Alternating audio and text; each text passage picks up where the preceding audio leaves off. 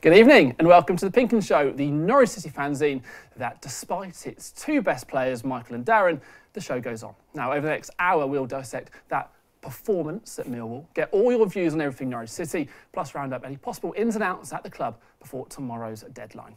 Now, despite Michael and Darren's absence, we still have a stellar lineup for you this evening. Football commentator Dan O'Hagan, City season ticket holder Chris Elliott, and one half, I'm reliably informed the good half, of the Coop and Duck podcast, Chris Cooper. Now, we are live right now in Norwich on Mustard, and of course, the only place for your Norwich City fix, PinkUn.com, and its hugely popular YouTube channel. And as we are live, it means you can be a part of the show and get in touch with us right here in the studio while we are on air. Simply post your thoughts and questions in the live chat on YouTube. You can send a tweet with the handle PinkUn, or you can give us a bell. The number is 01603 630 006. Right, let's round up some of your week's City headlines. Fuck life. Right, now you all demanded change and you duly got it, but no one said it was going to be an immediate success. Fark Life hasn't exactly gotten off to a brilliant start, but with a whole host of new coaches and players coming in, this was always going to take time. I say give it till Christmas, and if they're still rubbish, then you can start booing. Nelson ready to jump ship? 3 goals in the opening 4 games for Nelson, plus the 5 he got in pre-season. He wants and expects to be the first choice striker at Norwich City. However, with Cam Jam at the club, he is going to have to share that role. Rumours persist that Reading are keen on the Portuguese international, and he may be tempted to jump ship with the promise of being the #1 striker for Jaap Stam's men. All I'd say is watch this space. And finally, Great Scott!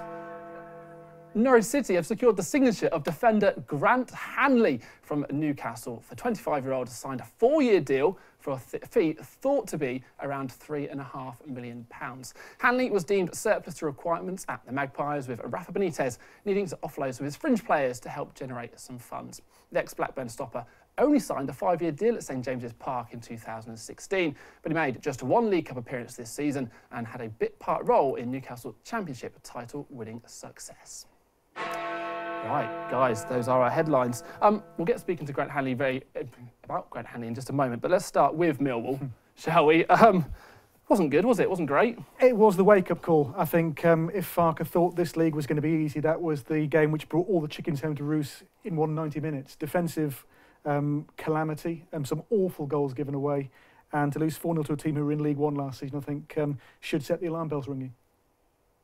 Same, mutual? Yeah, absolutely. Yeah, I think the international break has come at a good time. I hate international breaks, but I think, boy, did Norwich City need a pause for breath, to take stock and just to shape up and think about what comes next, because we need that breathing space right now. Did you see that coming, Chris? I was optimistic, I have to say. I think after we let Villa put 4 past us, I thought we'd have tightened it up a bit. But they were the worst goals I've ever seen us concede. It was worse than when we lost to Brighton last season. They were the easiest goals I've ever seen us give away. Are we concerned that despite the huge turnover in players and obviously the coaches, that the goals we're conceding, I mean, Norwich, I know it's 5 games in, but Norwich for the worst defence in the league, and the goals they're conceding are incredibly similar to what was happening last season. You want to see progress, and there is none. I mean, defensively, they're as bad as they were last season, with different personnel in some cases. So, yeah, you want to see some change, but right now, there's no evidence of that, is there at all? Well, last year we had Closer in the team, we had Dykes, and before that we had Martin Olsen, and we were still leaky as hell. Yeah. So we replaced Dykes with Husband, who's rubbish. Closer's been out since pre-season, so we should have replaced him. And we've got 2 defenders have no experience of the Championship whatsoever, and they need to be integrated into the squad. And you do, certainly into the first team, and you do that by making sure that there's players around them at the back with that experience. And who have you got? Russell Martin, who's been rubbish for us for 2-3 seasons now. I'm saying there is Russell Martin in there, and I mean, I wasn't there at the New Den at the weekend, but I know there were boos for Russell. Is he taking too much flack again, or is Chris's point fair that I think he's the mainstay of the leaky defence? Out of the firing line, because it can't do him any good, but equally, if he's playing and playing poorly, the fans will boo. But who else comes in right now? I mean, OK, Hanley's come in now, but what other choice was there at the weekend but to play Russell Martin? Yeah. It's a fair point, but I think Russell is going to cop stick because he is the common denominator. Everything else has changed around him. The only thing the new guys have got on their side is, whilst they haven't improved the defence, they're learning the trade, learning the ropes. Russell has been around a long time. he's a common denominator for the team that had one of the worst defences last season, and we're all seeing much the same again. So he's bound, unfortunately, to cop his share. And he does cop his share. So we do know there's a new signing. His name is Grant Hanley, signed from Newcastle. We put something together. This is something we call New Bird. New Bird.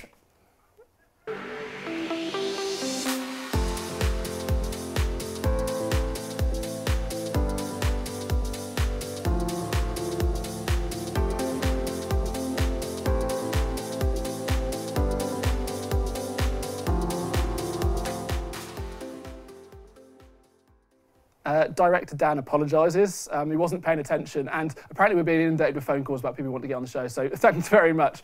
So Grant Hanley, what do you make of that signing? It's what they need, a player who's experienced in this division with Blackburn and Newcastle, a bit of pace maybe as well, perhaps the leader that Norwich need. I read a couple of things today on the internet about Grant Hanley. Paul Lambert saying that basically he's a colossus, and Elliot Bennett, former Norwich player, who played him at Blackburn, saying that basically this guy would headbutt a wall, that this is the defender we need. We do need that. I'm not bothered about defenders that can play out from the back. Gives me palpitations every time I see it. Yeah. I don't want defenders who can do that. I want defenders who will do what he will do. Block it, stop it, tackle it, head it. If you like, we need the upgrade a division higher than Michael Nelson we had in League One. Yeah, do your job. So Grant Hanley is a very experienced Championship player, and he played a huge amount of games for Blackburn and obviously for Newcastle, and part of that promotion winning side. It's a fair chunk of money as well, £3.5 million. And reportedly he was on wages of about 40k at Newcastle. So again, he's not going to be cheap on wages. What's your kind of feeling on that, Chris? I don't care as long as he keeps the goals out. I mean, everyone's talking about keeping the costs down, but what, you know, if it's at the detriment of us progressing as a side, then why does it matter? You know, the parachute payments are going to be gone the end of this season. If we scrimp now, we could be looking at a very long stint in the Championship. If we continue with this formation of the three centre-halves with Grant Hanley coming in, who would be your preferred lineup of three? Cool. I think you'd... Well, I mean, that's Hobson's choice, isn't it, really? Some have been good, some have shown good Franca signs. has been very poor so far. Zimmerman has shown signs. Obviously, we've spoken about Russell Martin may not be the answer. So it's very difficult. Tim Close, will he be here when the window closes? I mean, he's probably, in terms of being a ball-playing defender, he's the best one Norwich have, but is he going to stick around for another season at this level? I don't know, but if they are going to play three, I couldn't tell you right now which three it'll be. No. I can't see Tim Close going. No. He's not been fit for a while. Who's going to come in for him at this stage? I think we should play two, back four. Well, I suppose we'll have to wait and see if these kind of things won't be deadline day tomorrow. Right, these guys have had their say on that Millwall debacle. Let's hear from City's head coach, Daniel Farke, James Husband and Paddy Davitt. Do you think your players should be a little bit embarrassed by that performance to be 4-0 against? Yeah, they are. So they are really feel ashamed. So I feel ashamed for conceding 4 goals and have a loss of 0-4, and we all are. So we all are really annoyed and disappointed and so feel ashamed for this result. But it's like it is. So we had this defense behavior in the last row, and yeah, that was the reason for the result today. Daniel, I'll ask the same question. Did you see that result coming? During the game, yes. Sorry? During the game, if I saw this result coming before the game? Yeah. No. James, what message have you got for the supporters who turned up in good numbers today after what they saw from Norwich City? Where do I start? We have to take responsibility as players and a group of players that are new, but a lot of us played in this league before, we know what it's about, and that was something I've never seen before. We think we've all got to take responsibility, including myself, to apologise firstly. There's no two ways getting around that. That was unacceptable. I think Norwich City fans and everybody is prepared to give a new head coach, so many new players, time, but the goals that you conceded today were so simple, weren't they? And that's where people get very, very frustrated. Yeah, everyone can see them. They're not. I mean, we have a way of playing and everything, and that's all good and fancy, but if we can't stop goals going in, then we're going to really struggle. Again, it's hard to really put into words. I'm disgusted in myself, all of us. I think we pride ourselves on, when we were younger, putting out performances that people remember, and that was something that we'll never ever forget, put it that way. How worried are you, Paddy, after seeing that? Well, it's actually, for me, it isn't almost what has gone on there. It's more a continuation of the same theme, you know, and they could have got whacked like this at Fulham the opening day. They were so open down the channels. They played the free that day. Even mid-game had to change it tactically to stem the tide, and Fulham didn't convert their superiority. Norwich got an excellent point, and then on we go. But QPR aside, it just seems to be a cycle of regression, really. And today was bad, because it was a team who've just come up, haven't won a game yet in this division, and the way Norwich capitulated in the fashion we've seen in parts of all the other games, deeply troubling. And more so for the man who was sat here probably about 2 hours ago. He looked like a man who probably had realised the enormity of the task, and it's going to be a long international break, and obviously some interesting days between now and the deadline on Thursday.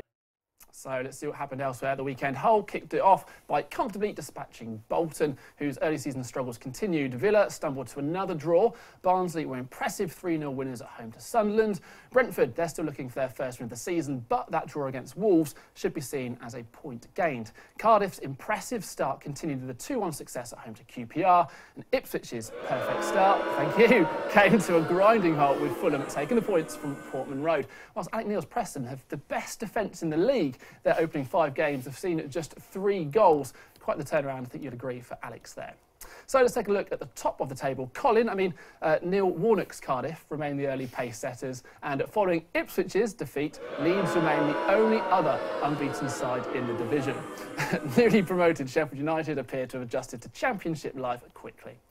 Let's have a look at the bottom. Of course, it is still very early days, but fans of Fulham, Sheffield Wednesday, Aston Villa, Sunderland and Norwich would have all been hoping for a much brighter start to their seasons. And just 5 games in, Brentford and Bolton fans will probably already be fearing the worst. So yeah, how much should we read into that? There are some big teams down there that I think we all thought would do better. It's the one consolation.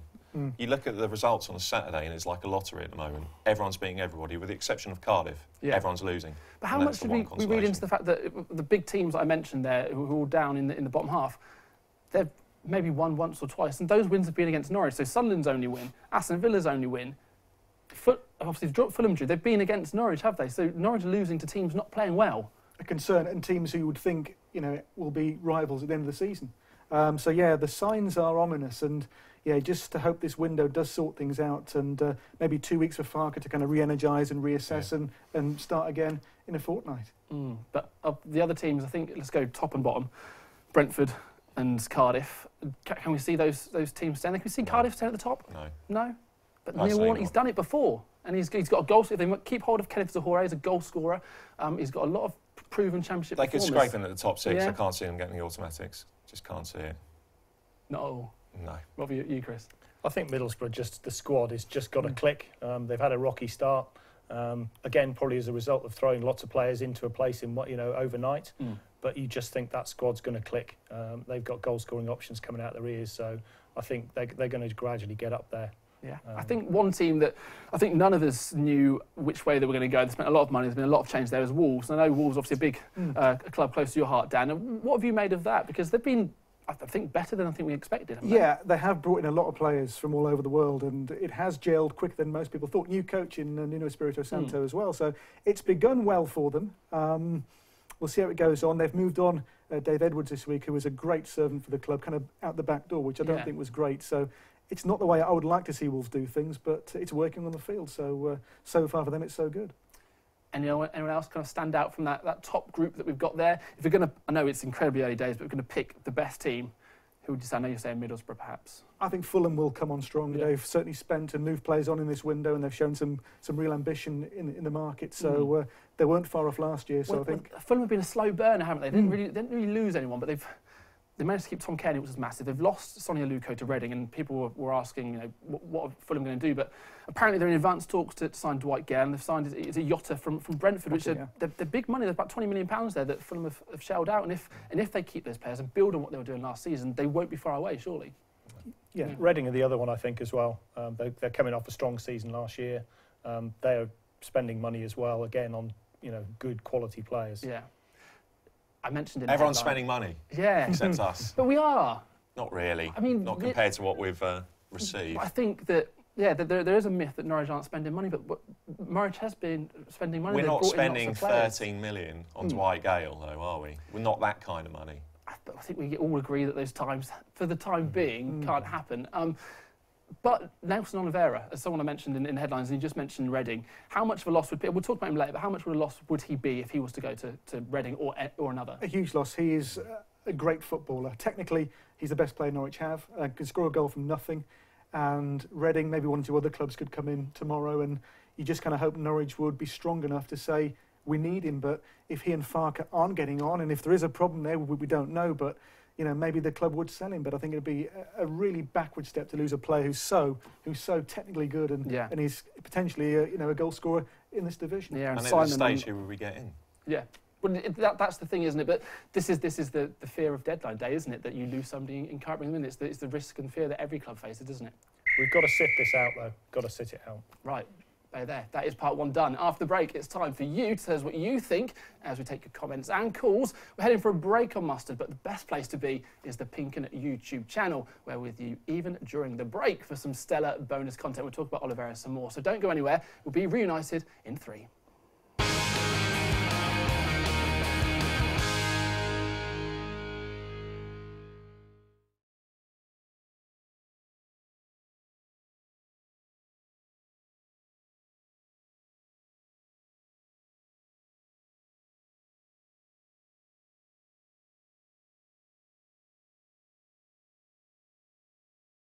Hello, YouTube. Everyone wave if you're on YouTube. Live. So, let's carry on that Nelson Oliveira chat, shall we? I think, yeah, for me, I know I probably shouldn't show any bias, but for me, he's Norwich's best striker and potentially the difference between promotion. It's not hard to be our best striker at the moment. You said that, not me. Listen, he's been at so many clubs. It's like every season he's at a different club. There's got to be a reason for that. Who's this? Nelson Oliveira. Yeah. He's moved around a lot. And what do you think that? That is a pain. But I mean, possibly, yeah. Go on, speculate. Why would that be? Well, if Farke's not getting on with him, and he's been at loads of other clubs every other season, maybe other managers haven't got on. But you think he's better than Jerome? Oh, much better. No, it's a case of managing him. Yeah. You know, Norwich hasn't been at a club longer than Norwich, really. No. You know, so it's really a case of us getting the best out of him. We can't just let him go. But the best coaches handle difficult players. Yeah. Alex Ferguson. Yeah, absolutely. So Oliveira, for me, is Norwich's best footballer. He's been great when he's been here, but clearly isn't happy at the moment. Okay. Just studio. Who was the person who said who's the wannabe Michael Bailey on tonight? Hey. Tom Cash. Thanks very much, mate. Appreciate it. Michael's beard. What do you make of that? I mean, we can't talk about it during the show. You've got a long way to go yet. I mean, I used to have a big beard down here. And I think Michael is copying me from a few years ago. He just needs a waistcoat and a pocket watch, and a pint of craft beer, yeah. and pulled pork and a brioche bun. That's all he needs, and he's got it finished. But apparently it's now a charity thing. That he's going to shave it off when people donate enough money. Do you know what he's going to shave it off once they donate enough money? I'll give him $1,000 tomorrow if he wants it. Yeah. Michael Bailey, if you heard that, he's probably watching. He will be watching. The auction starts. Yeah. If I can keep it. He just has to shave it on in one bit. I can put it on. Masquerade as Michael Bailey. Do your own Bailey. What was that? Who's got the best beard at Norwich is the question from the gallery. Is there many beards? I'm trying to think. You've got 20 seconds before we go back on. Russell Martin's I can't even think of a beard. Russell Martin's got one. I think that's a poor question from the gallery, Dan. I'm sorry about that. You've already thrown me there, but I think the best in Norwich, Ewan Roberts. Yes, ex-player. Pinto. He's got the designer stubble. He looks quite fit with that. 5, 4, 3. We're going back on. We'll see you in a second.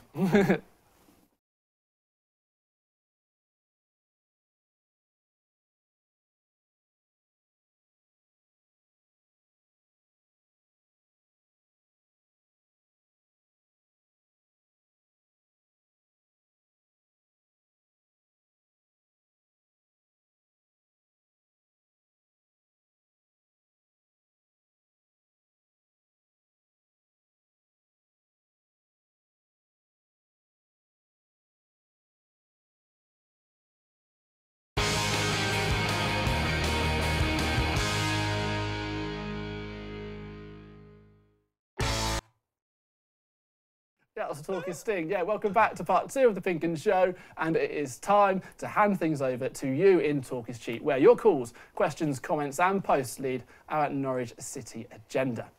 So to get in touch with us here in the studio or to this very phone, simply post your comment or question in the live chat feed on our YouTube, and you can send a tweet with the handle PinkUn or give us a call on this very, very nice and easy to remember number, 01603 630 006. Right, let's start with a tweet, if we wouldn't mind. This is one about possession, if Mr. Director can find it for us. Just bear with us a very quick second. I thought this was very interesting. There it is. Right, can you read that? For all those saying that possession means nothing, I'd just add that all the sides, he's going to stick it up again, all the sides in the top 5 last season, in top 6, sorry, had the most possession. So clearly the best sides do have the possession. It does matter, but it's what you do with the ball as well. And we haven't got strikers who can put the ball in the back of the net or defenders who can't keep clean sheets. Possession does mean nothing. So it's the wider picture more than just possession alone, I think. What were the games in which you had the least possession this season? QPR and Fulham. And there are only points this season. But it is interesting, though, isn't it? Because clearly this is the reason that certain coaches want to and do look, because Farke has talked a lot about the possession handling, and it's frustrated fans, but the best teams do have the most possession, so clearly is for many the way to go. It is a brilliant philosophy, but if you haven't got the personnel to carry it out, what's the point? You know, it's a very technical, advanced game he wants to play, but have we got the players to do it? I don't know, Chris, have we? No. A very, very flat no, but looking at that squad, man for man, surely playing a possession football against Millwall or a QPR or whatever, you should have the players to be able to dominate the possession and surely win those games, surely. You'd think so. You can see the goals we do. Yeah. I mean, really, it all comes down to just we're so bad defensively. We can talk about the possession, anything else all we like. We are so bad defensively. If you go to Aston Villa and you score 2 goals, you should be getting at least a point out of that game. Right, we have got our first call. It is Nick MASHITER. Many Norwich City fans will know of him for been breaking all the Norwich City news for you all summer. Nick, it is a deadline day tomorrow. What's that going to have in store for you? Hi there, how you doing? Personally, I'm not doing too much because I'm on holiday. But I think it'll be interesting what comes out and what goes in at Carrow Road, if anything. You have been the kind of the go-to man for many Norwich City fans over the summer. What have you made of that business? And because I know you kind of worked with Stuart Webber before, we've had a close relationship with him. So what have you thought of those incomings for Norwich? They've made their bed and they have to lie in it at the minute, and we have to give them time to get settled and get comfortable first and foremost. I think the encouraging thing is that bringing in Grant Handley today probably. There's an acceptance that they needed something different, and recognised that perhaps, certainly after the weekend, that things might needed to be adjusted slightly.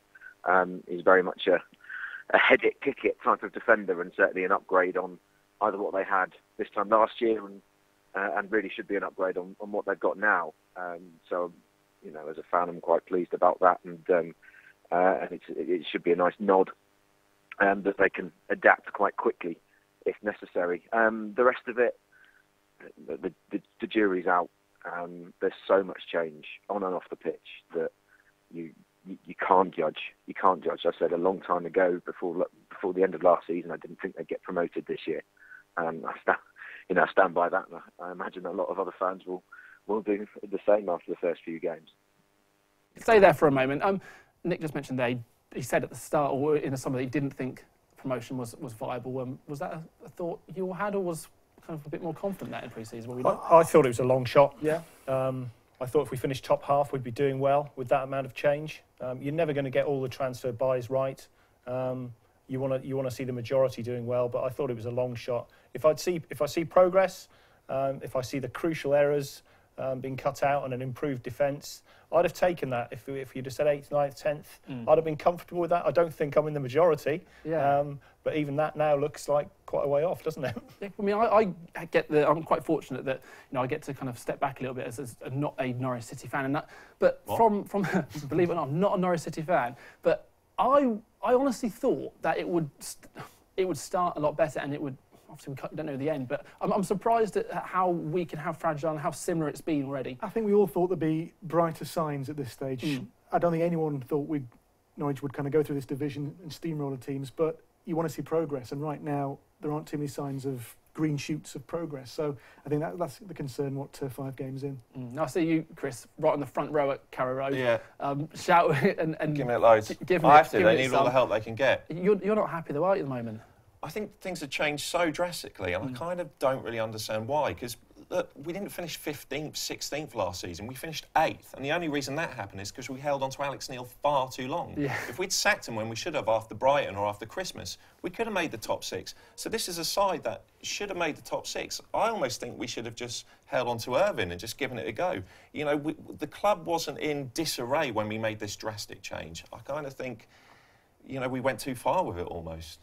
Interesting. Nick, we'll come back to you. One player that has been linked, we're not expecting too much ins and outs for Norwich tomorrow, but Nelson Oliveira is one. What is your take on kind of his role already this season and a potential move for him? I think with Nelson, they would still be foolish to let him go if there wasn't anybody that would be able to get 10+ goals in the Championship for them anyway. I think with Jerome, with Oliveira, they should comfortably get 10 to 15, which will keep them ticking along, which will keep them out of any danger. Probably not get to probably won't get to the playoffs, but they'll keep things ticking along. That then therefore allows Farke to have a little bit more time. Stuart Webber has a little bit more time. The players can bed in and have a season, and then they can kick on next year. I would be very, very surprised. I think the manager likes him, despite the Fulham issue. And as I said, look, with Jerome and Nelson, they've got 2 strikers who arguably can be on their day 2 of the best in the division. But it's an interesting point just made down. I just want to pick up on that just very, very briefly. The fact that you're saying how much change there's been made, and when you guys were saying that you were surprised at how much there has been, I'm not necessarily that surprised about how much change has been made, because I personally think it was needed, and I think we've been getting to this point for the last, probably the last 4 years or so. I think the club have been sleepwalking into this position, regardless of getting promoted in 2015. I really do. I think there were too many jobs for the boys. There were too many people, and there are people still there who were running that club, who were working on that club, using their hearts over their heads. And unfortunately for Stuart Webber and a lot of the people there, they are cleaning up a mess that they never should have been put in a position to clean up.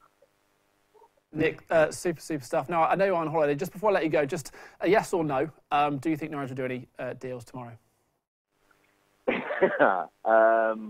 Possibly. Yes or no, is it? Nick, thank you very much. Take care and we'll speak soon. We just had someone comment on the YouTube live chat. Woo! Why are Ipswich doing so well? Boo. Are they doing that well? They've had, I think, some fairly benign fixtures so far. Still beat Millwall. True. But I think Mick McCarthy, I've said before on this programme, he's a very wily old manager, and with no money at all, he's wheeled and dealed and brought in players proven at this level, which obviously Daniel Farke hasn't done. Yeah. They've gone a different way, and it's working so far. But look, it's such early days. Yeah. I mean, we don't want to talk too much about Ipswich on this show. As I do again. If, talking hypothetically, Mick McCarthy was at Norwich or another club with more resource, do you think he would be kind of getting them out of the promotion? Because Ipswich is literally, I mean, he's spent a little bit this summer, but hasn't had anything for years. Yeah, I think he's a great manager. Yeah, I'd be very happy with him at Norwich. Yeah. And I think similar can be said. I'm not advocating we get rid of Daniel Farke now. I'm not saying you are. No, proven track record, and it does show. And that's, I think, the beauty of the Championship is good managers can produce successful teams. Do you think that's that important, particularly with the players as well? Yeah. He's a certain type of manager. He's got a very unique brand, very specific brand. He'd be great at getting you out of the league. If we're in the Prem with him, I wouldn't fancy him. As a Wolves fan, I can agree with that completely, yeah. At this level, he was great. Premier League, it was just one step too far for him. It's like Chris Hughton.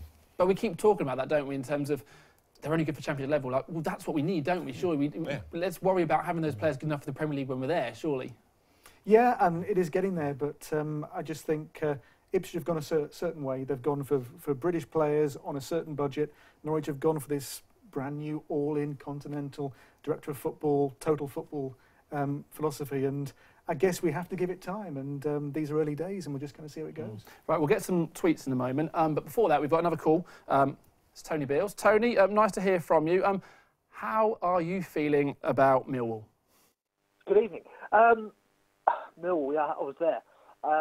Yeah, it wasn't great, I have to say. I thought sections of the Norwich City fans getting on the back of Russell Martin didn't help in the slightest. But I think what it did do, it highlighted the defensive frailties that that have sort of become apparent over the last sort of four games preceding it. So I think the club have done the right thing to buy an experienced Championship centre-back today. Let's just hope he measures up.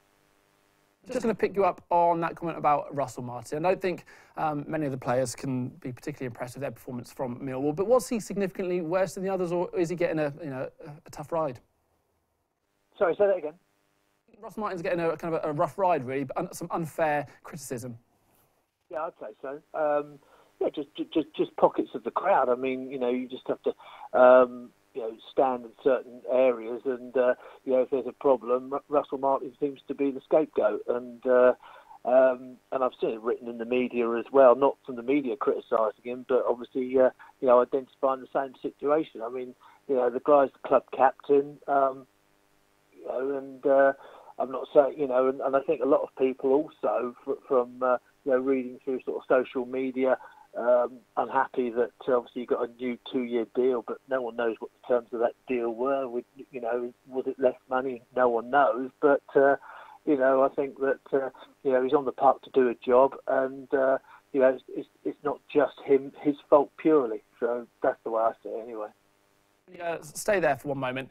Let's pick up on this Russell Martin thing. I know we listened to that James Husband interview earlier from post Millwall. There was a Russell Martin thing post Brighton from that 5-0. Yeah. He does front it always. He does always front it up, doesn't he, in front of the media. He does get a lot of criticism, but is he part of the problem? Performances have to back up his words, yeah. And Russell has been a great servant. 8.5, 9 years at Norwich. He's done some great things here. Came as a right back, now he's a centre back, which is his best position now. No one knows, but yeah. His performances have not been good for this season, last season, even the year before. That's and the thing. Players have to be criticised. Yeah. Now, see, I'm not going to criticise Russell Martin. I'm not allowed to. No, I'll leave that to the journalists and new boys. But something that's been highlighted for a good few years is a lack of leadership and a poor defence. Now, Russell Martin is the mainstay of that. So, should we be surprised that he is still club captain and he is still a permanent fixture in that team? Yes. Yeah. I mean, I've been annoyed with Russell Martin for 3 years now. I've only been annoyed with Franca well, for the last month. I want to hear it. What annoys you so much about Russell Martin? The short back pass against Liverpool. Yeah. Anything else? 3-3. Come on, this is your moment. This is your platform. Get off your chest, Chris. He says his best position is a centre back, not a right back. He's inept as a centre back. He's not good enough. He makes terrible decisions. He ball watches all the time. He's not aggressive enough. He's not quick enough. So at a right back, he's passable. Is that it? And he's a nice guy. I really like him. He's a vegan. He bikes everywhere. He loves the city.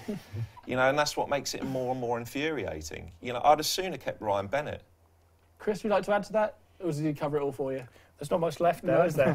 Pick the bones out of that lot. What do you think? I agree with most of what you say. I think he is a great guy. Yeah. I think he is a leader in terms of his outlook and the kind of attitude you want within a football club. None of that means that I want him in my defence. No, interesting stuff. Tony, we'll come back to you. Grant Hanley is signed today for a fairly decent chunk of money from Newcastle. Are you happy with that signing? Yeah, well, I think he's the first centre-back that we've actually signed this summer that has Championship experience, and it's got to be great. I mean, how match fit he is, and I'm not too sure, because he certainly hasn't been involved much at Newcastle this season. Maybe a couple of under-23 development games, but I'm sure that he's got 2 weeks to get himself up to fitness before Birmingham, and I'm sure he'll go straight in. I would imagine so. And who he plays alongside, I'm not honestly too sure. I don't think anyone can really call that, because I don't know how far away Closer is, whether Farke decides to go back to his three at the back, or no one really knows. But I would certainly expect him to be involved against Birmingham, most definitely. He was great at Blackburn. He was their player of the season, I think, under when Lambert was there. Didn't have a great ride at Newcastle. Can't condemn him for that. I think a year ago, when before he went to Newcastle, I seem to be reading that we were looking at him then. He obviously went to Newcastle for reasons, obviously, but you know, he's had a rough ride there, and social media now doesn't seem to be.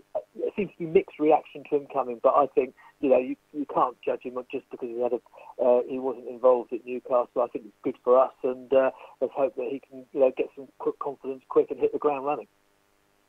One last one before I let you go. You said you went to Millwall. It was awful. Are you going to go to another away day this season? Much so. I've got my ticket already booked for Sheffield United. Bring it on. Thanks so much. Lovely to hear from you. Right, so picking up on that, the away form. It's been a problem for... It was bad, you know, and it's not getting any better. Bad last season, bad in the Premier League. You do wonder how that turns around, because players can pick up a losing habit.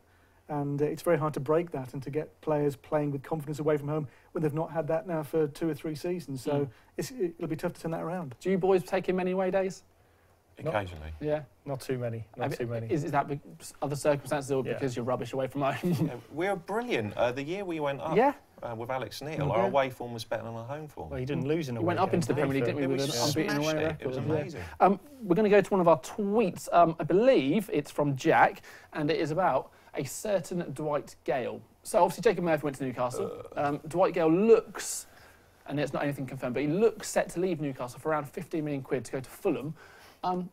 That could have been a swap, couldn't it? Have we missed a trick there? We missed 3 windows to sign him. Yeah. We were going to sign him a couple of seasons ago, and something to do with Connor Wickham getting injured at Palace, which meant we left it to the last minute. Yeah. Apparently the deal was ready to go through, and we messed it up. And there have been 2 or 3 windows where we could have signed him. It's not happened. We've got to forget about it.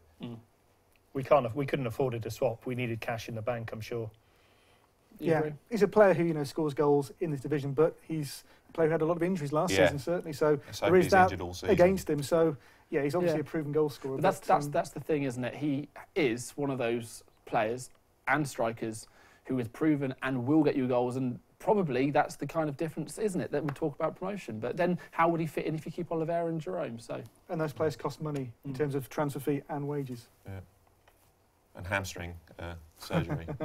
Not that you do surgery on the hamstring. Its hamstring's always going. Just another take on deals with Newcastle, though. It's clear. I think Millwall might have done us a massive favour here. If we wanted Grant Hanley a couple of months ago, that's when we'd have done the deal with Jacob Murphy. If we'd lost 1-0 at Millwall, you know, or even got a better result, we wouldn't have been in the market for Grant Hanley now, I don't think. No. And we'd have been muddling along without him. And I think that's quite a scary thought. It is. We've got another caller. It's Samir. Samir, you, I believe, are delighted with the signing of Grant Hanley. I was, yeah. I just felt that we needed a centre-half with proper championship experience, really. So he fits all the boxes, as far as I'm concerned. Yeah, you say he ticks all the boxes. Paul Lamberts today said that he was Colossus when he was with him for Blackburn. Elliot Bennett had lovely fine words as well, saying that basically he'd headbutt a wall. He is surely that player we've been missing. You say he's big, he'll tackle, and he's got championship experience. Yeah, he's exactly what we needed, I think. I mean, I was at Millwall on Saturday, and it wasn't the best. Let's just put it that way. And I think we just needed a defender that would come in and shore things up a little bit. He's got to be better than what we've got already. Really, we've spent quite a bit of money from him, from what I can understand. I think it was almost 4 million, wasn't it? Yeah, Chris says yes. But in terms of the signings, there has been lots of them. Not a huge amount of them have had championship experience. Are you surprised, or are you thinking this signing is almost a bit of a panic in the sense of let's get in some more experience? I think he is almost a bit of a panic buy, but I think even if it is, they've gone out and they've got in what they've had to bring in, really. I mean, Saturday was a complete horror show, and if they're doing their best to rectify that, then even if it is a panic buy, I think it still is a good buy, really. So finally, Samir, it is deadline day tomorrow. There aren't too many rumours of people coming in, but regardless, you know, if we're playing you were the manager, football manager, who would you bring in, or what would you want? I'm not sure if there are many more that I could bring in off the top of my head. I suppose I would just try and make sure that we keep Tim Closer and Nelson Oliveira, really. But I suppose that's what they're trying to do anyway, so... Super stuff. Samir, thank you so much for your call. Lovely to hear from you. Right. So, yeah, panic buys. Sometimes they work, sometimes they don't. Yannick Wilshere. I mean, he still could come good. Could do. Could do. But deadline day, it's an odd one, isn't it? In the sense of they've had months to do all their dealings, and people still are dealing kind of on the last day. If it wasn't for the last minute, nothing would get done. Are we a fan of deadline day? And what it's exciting. Yeah, it is for the media, certainly, but it would concern me that here we are now on deadline day. The players who've come in clearly haven't done well enough, and we're looking at other options. So it doesn't really speak well for the players that Farke and Webber have brought in so far, does it? Yeah, would you agree with that? Yeah, agreed. As I said, I think the Hanley one is, you call it a panic. Because they've bought centre-halves. You look on the other side, it's a positive reaction to something that needed fixing. Now, it was something that they've broken, but I'd give them credit for reacting and coming away from Millwall, and actually we're lucky that the window is open and we can go and get someone in. I think he's completely right with what he said about the Millwall result being catastrophic and that prompting the signing of Hanley. Because Norwich, historically, we've always gone into seasons kind of doing it on the cheap, a bit underprepared, and then we've ended up spending big when it's a bit too late. You know, you look at Tim Closer and Naismith, you look at the signing of Yannick Wilshere. I don't like this last-minute thing, but Norwich are historically prone to do that. We are running out of time in this part, but I'm going to kind of almost give you a bit of food for thought. There's a tweet here. Let's have a read of this one. What do you make of this? So if Norwich sell Oliveira, I know we've kind of gone off topic a little bit, it becomes a team that can't defend and doesn't have a natural goal scorer. And we will talk about this more in the YouTube break. So if you are watching YouTube, stay hold for that. What do you make of that? Because it kind of makes a point, doesn't it? It's a fair point. It's maybe a bit of a scary one. You know, will Hanley be the kind of plaster to stick over the defensive woes? We don't know, but they can't afford to lose Oliveira and not replace him. That is for certain. Yeah, he's one of our best-looking players as well. Yeah. Keeps the female fans interested. Him and Pinto. Yeah. Gorgeous, both of them. And what a way to end that, Chris. Thank you very much. We'll talk about some Norwich City players' looks in the break. Time does get away from us. As always, if you want to have your Norwich City say on the PinkUn Show, simply get in touch via the pinkun.com message board or send an email to our new email address. That's on your screen now. That is thepinkun@archon.co.uk. It is break time. You know the drill. If you're watching on Mustard, stick the kettle on. And if you're watching on YouTube, you're going to get some more gold from Chris about the players' looks. Either way, we'll see you in a tickle.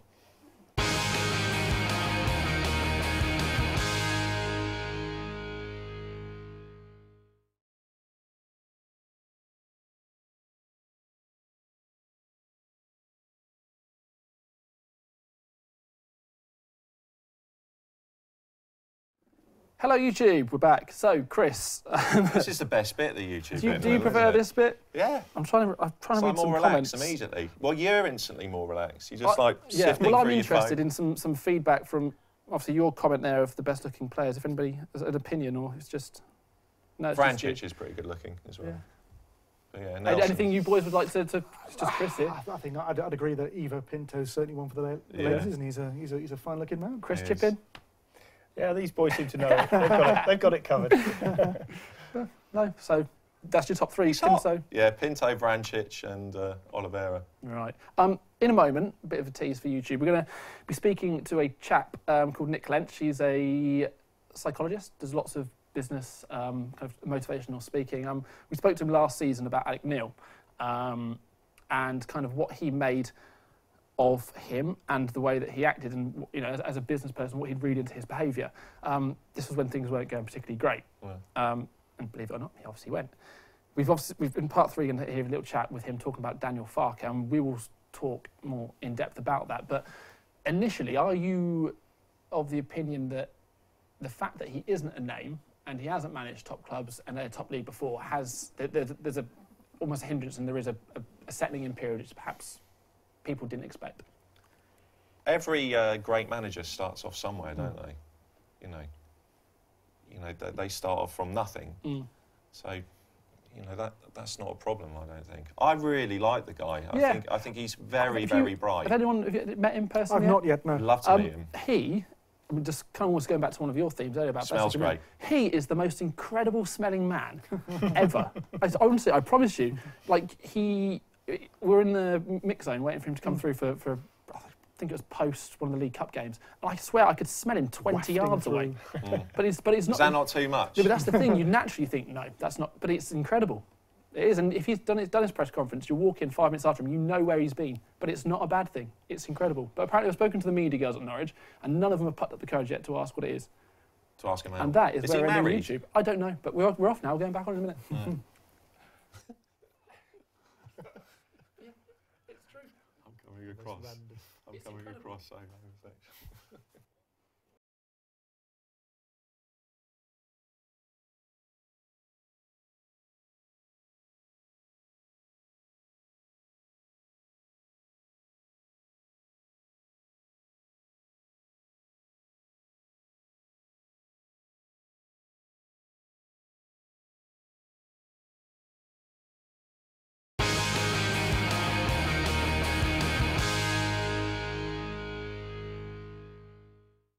Hello and welcome back to the final part of this evening's PinkUn Show, where I am still joined, of course, by commentator Daniel Hagan, City season ticket holder Chris Elliott, and Chris Cooper from the Coop and Duck podcast. Right, last season when things were going, should we say, peak Tom, we spoke to psychologist and City fan Nick Clench about Alex Neil and what he made of his behaviour.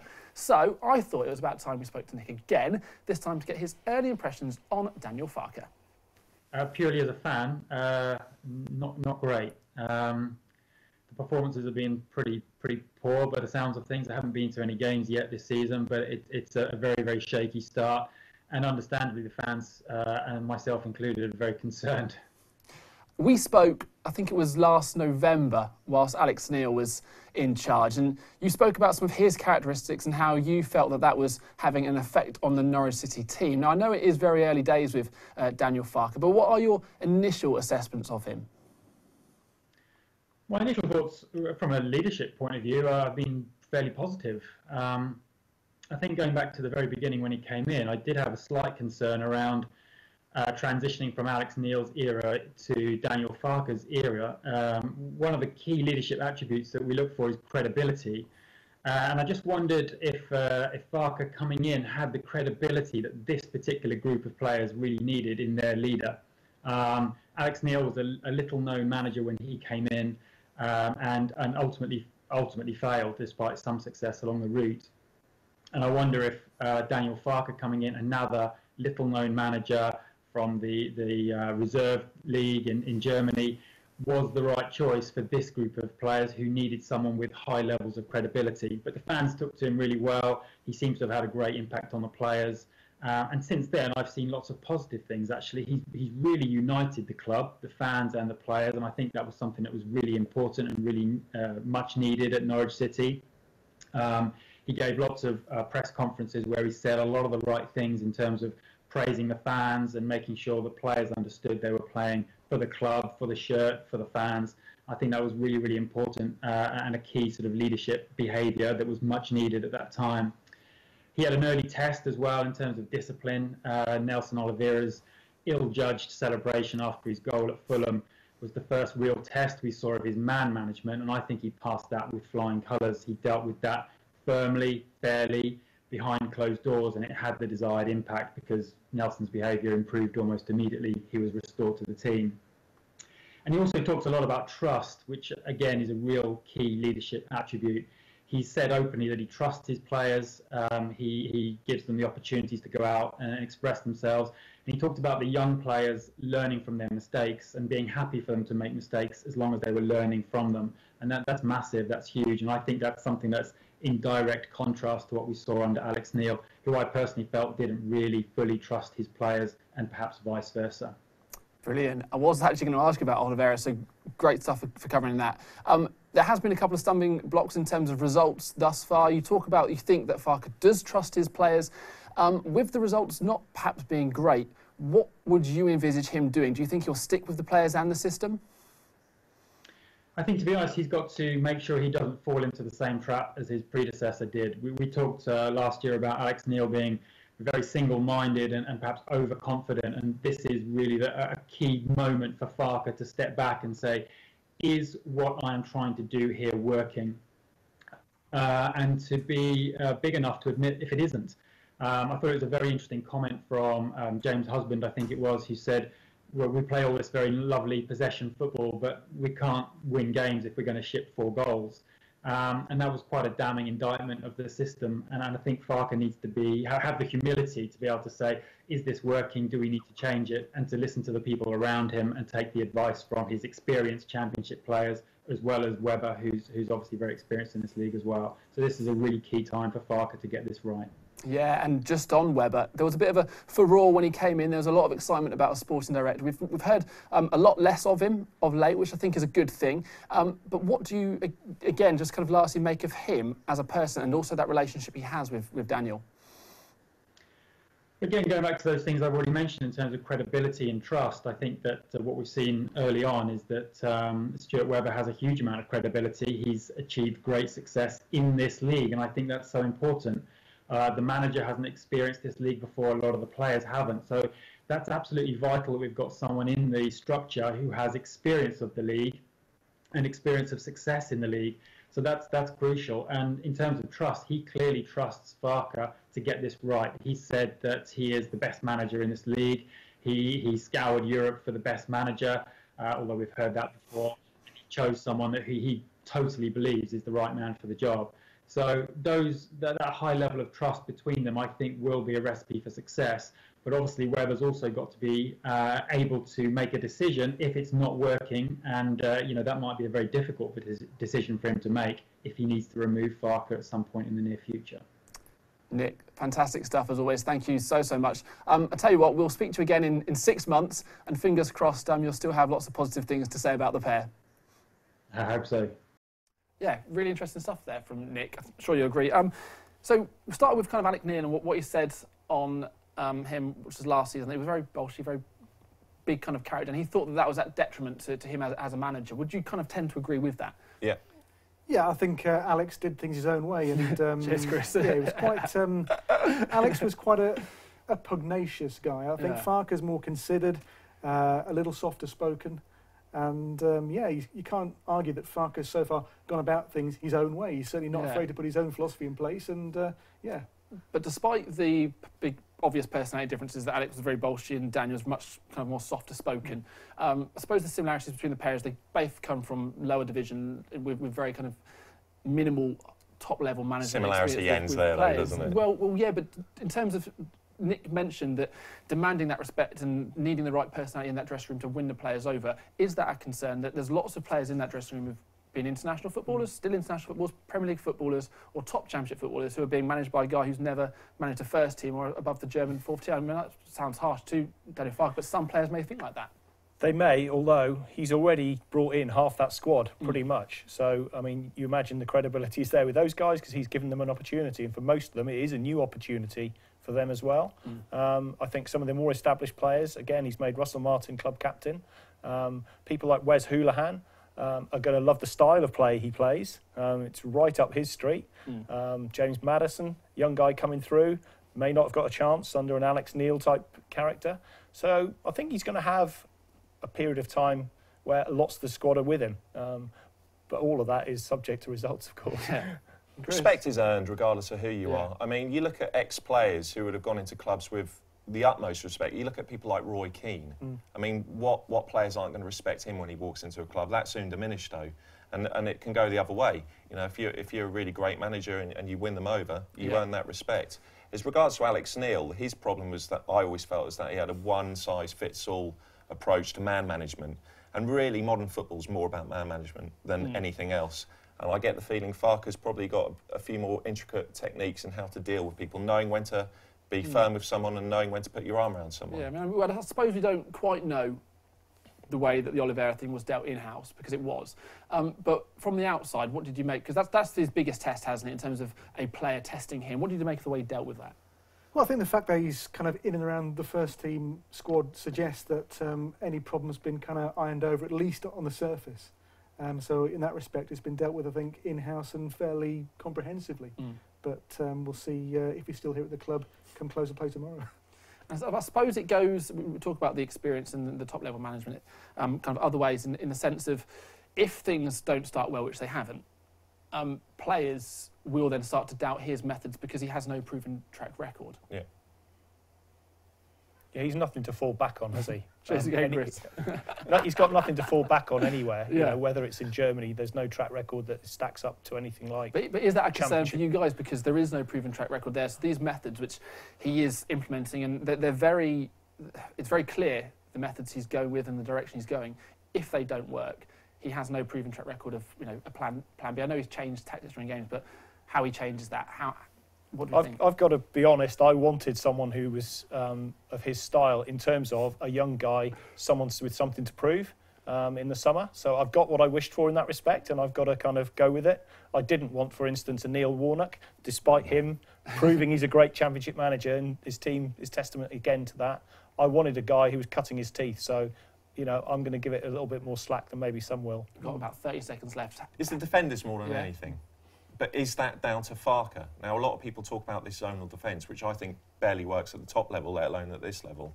So he might be, you could blame him for that. But as far as the, people like Husband and Franke, that's not his fault. It's not his fault they're rubbish. No. How long do we give it before we boo, Chris? I know we boo. I never boo. No? Oh, we've lost it. By the way, just very quickly, thank you to the person who's just commented. I've just seen that saying, is that Rylan? I am not Rylan, but thanks very much. Anyway, that is the end of tonight's show. If you missed any of it, then fear not, you can watch it all again on the PinkUn YouTube channel. But for now, a big thank you to our stellar cast of Dan O'Hagan, Chris Elliott and Chris Cooper. Thank you very much. And for all the team behind the scenes when they were paying attention. And for all the latest Norwich City news, make sure you keep an eye out for the PinkUn YouTube and Facebook pages, the team we work in all throughout deadline day. So that's the place to be for all the latest Canaries news. But until then, good night.